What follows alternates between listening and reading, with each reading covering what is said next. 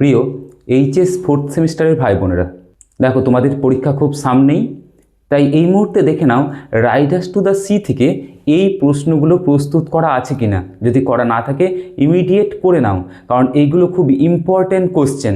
ঠিক আছে, এই প্রশ্ন আসার সম্ভাবনা খুব বেশি। আমি এখানে 6টা প্রশ্ন লিখেছি, এই 6টা প্রশ্ন তোমাদের করা রয়েছে কিনা চটপট দেখে নাও।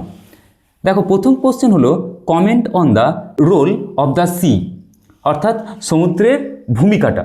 হ্যাঁ, comment on the role of the sea. Describe Maurya's character, মোরিয়ার চরিত্র। Explain the significance of the play's title, অর্থাৎ টাইটেল। ঠিক আছে, টাইটেলটা বর্ণনা করতে হবে। ওয়ান অ্যাক্ট প্লে, অর্থাৎ consider Riders to the sea as one act play. হ্যাঁ, এটা কিন্তু খুব ইম্পর্টেন্ট।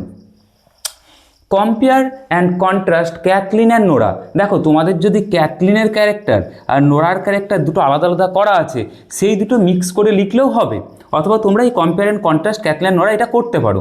হ্যাঁ, মনে রাখবে ক্যাথলিন আর নোরা অর্থাৎ এই প্রশ্ন থেকেই ক্যাথলিন আর নোরার দুজন কিন্তু ক্যারেক্টারও বার করা যাবে। তাই যদি তোমাদের ক্যাথলিনের ক্যারেক্টার বা নোরার ক্যারেক্টার দুটো আলাদা করে দেয়, তাও কিন্তু এটার থেকে করা যাবে। আর শেষ কোশ্চেন হলো হোয়াট রোল ডাজ বার্টলেস প্লে, অর্থাৎ এটাও হলো বার্টলের ক্যারেক্টার। ঠিক আছে, এইখানের মধ্যে সব থেকে ইম্পর্টেন্ট হলো এই কটি। দেখো, comment on the role of the sea very very important, Maurya's character very very important, title very very important, আর ওয়ান অ্যাক্ট প্লে।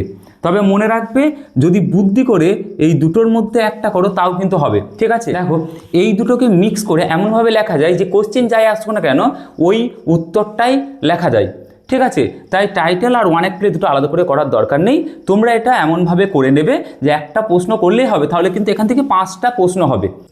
ঠিক আছে, বেশ, তোমাদের যদি কিছু প্রয়োজন হয় এই পরীক্ষার শেষ মুহূর্তে, তাহলে অবশ্যই আমাকে কমেন্টে জানিও। দেখা হচ্ছে নেক্সট ভিডিওতে। ততক্ষণ ভালো থেকো, সুস্থ থেকো।